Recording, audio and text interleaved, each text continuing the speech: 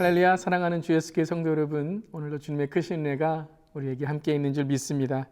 한 주간도 말씀으로 하루를 시작하게 하심을 감사드리며 오늘도 새 마음과 새 영으로 시편 말씀 은혜 구합니다. 오늘은 월요일 9월 21일이고요. 시편 37편 1절부터 11절까지의 말씀 함께 나눕니다. 악을 행하는 자들 때문에 불평하지 말며 불의를 행하는 자들을 시기하지 말지어다. 그들은 풀과 같이 속히 배임을 당할 것이며 푸른 채소같이 쇠잔할 것이미로다. 여호와를 의뢰하고 선을 행하라.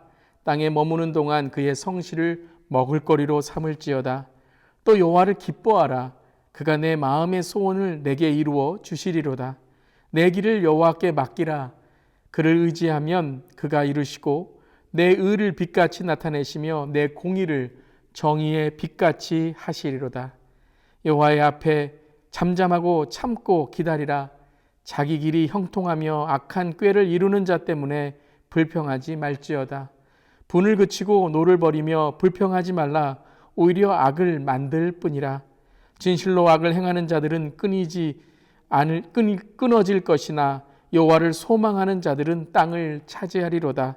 잠시 후에는 악인이 없어지리니 내가 그곳을 자세히 살필지라도 없으리로다. 그러나 온유한 자들은 땅을 차지하며 풍성한 화평으로 즐거워하리로다. 아멘. 하나님의 말씀입니다. 하나님 말씀에 감사합니다. 믿음으로 세상을 살아가며 인생의 모순 중에 하나는 의인의 고난을 우리가 묵상할 때 왜 악인은 형통한가라는 것입니다. 이 주제는 시편 37편 오늘 말씀만이 아니라 시편 전체의 시편 기자가 하는 고민, 특별히 욥기를 읽으며 우리의 고민과도 같습니다. 성경의 주제이죠. 왜 의인은 고난을 받는가? 그런데 왜 악인은 형통한 삶을 사는 것 같은가? 그런데 중요한 것은 생각보다, 관념보다, 어찌 보면 우리의 확신보다 더 중요한 것, 그것은 바로 성경적인 관점을 갖는 것입니다. 성경적인 세계관, 성경적인 인생관으로 우리는 바라보아야 됩니다. 오늘 시편 기자는 악의 세상 가운데 믿음으로 살아가는 것이 무엇인지 우리에게 고백하고 있습니다. 주님의 승리를 바라보는 영적으로 깨어있는 삶을 살기 위해서 오늘 함께 37편을 묵상하길 바랍니다. 1절에 이렇게 시작합니다. 악을 행하는 자들 때문에 불평하지 말며 불의를 행하는 자들을 시기하지 말지어다. 불평하고 시기하지 말라라는 것입니다. 여러분, 불평과 시기는 언제 일어납니까? 바로 우리의 마음속에 악이 그리고 하나님의 그러한 심판을 생각하지 않을 때입니다. 악이 잘 되고 있다고 생각하는 거죠. 우리 안에 악이 있어서 하나님의 심판이 없는 것처럼 생각할 때에 불평과 시기를 하게 됩니다. 우리 안에 악이 있다는 증거, 그것이 바로 불평과 시기입니다.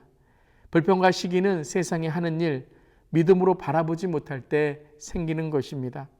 그때 2절을 보면 이렇게 고백합니다. 그들은 풀과 같이 속히 배임을 당할 것이며 푸른 채소같이 쇠잔할 것임이라. 불평과 시기를 멈추고 하나님의 시선으로 바라보니까 바로 하나님의 시간, 하나님의 시점, 바로 악인과 세상은 분명히 심판을 받는다는 것을 깨닫게 됩니다. 악인과 세상을 성경적인 관점으로 하나님의 시선으로 바라보라는 것이죠. 바로 우리의 삶 가운데 하나님의 눈을 갖는 훈련이 필요하다는 것입니다. 바로 말씀이죠. 성경을 계속 우리가 묵상하는 삶의 습관과 훈련을 갖는 것입니다. 어떻게 우리가 훈련을 갖습니까? 3절입니다. 여호와를 의뢰하고 선을 행하라. 땅에 머무는 동안 그의 성실을 먹을거리로 삼을지어다. 여기서 의뢰하고 의뢰하라라는 단어는 commit라는 단어입니다. 바로 나의 마음을 붙들라라는 것이죠. 나의 마음을 헌신하라라는 것입니다. 주님의 말씀에 붙들림 받는 것, 그것이 주를 신뢰하고 의뢰하는 것입니다. 그리고 선을 행하라, 성실을 먹을거리로 삼으라라고 말씀하십니다. 즉 선을 행할 때 우리의 기준이 성실, 하나님의 성실, 하나님의 신실을 바라보라라는 것이죠. 그것을 기준으로 삼을 때 우리는 불평과 시기를 끊고 하나님의 말씀으로 날마다 나를 이기고 세상을 이기고 죄를 이길 수 있는 것입니다. 그리고 4절 말씀입니다. 또 여호와를 기뻐하라. 그가 내 마음의 소원을 내게 이루어 주시리라. 우리의 기쁨이 어디에 있습니까? 여호와 안에 있다는 것입니다. 바로 나의 기쁨은 하나님께 있을 때 나의 마음의 소원을 내게 이루어 주시리로다 라고 말씀하십니다. 마음의 소원이라는 게 무엇이죠? 내가 소원하는 거 다 들어주신다라는 말씀, 그것이 아니라 바로 내 안에 계신 예수 그리스도께서 나의 소원을 만들어 주시고 이루어 주신다는 것입니다. 내 안에 예수님이 계시면 우리가 그 예수님을 통해서 오늘 나의 소원과 나의 믿음이 점점 성장하고 점점 자라나게 된다는 것이죠. 그때의 7절 말씀입니다. 여호와 앞에 잠잠하고 참고 기다리라. 자기 길이 형통하며 악한 꾀를 이루는 자 때문에 불평하지 말지어다. 우리가 주님을 의뢰하고 신뢰하고 기뻐할 때에 우리의 삶 속에 드러나는 성품이 있습니다. 그것은 바로 인내와 온유입니다. 7절에 잠잠하고 참고 기다리라 라는 것은 단지 묵묵히 오래 참는, 꾹 참는 것만이 아니라 바로 주님을 바라보라는 것이죠. 주님을 바라보는 자기의 길이 형통하며 악한 길을 이루는 자 때문에 불평하지 않는 삶이 되는 것입니다.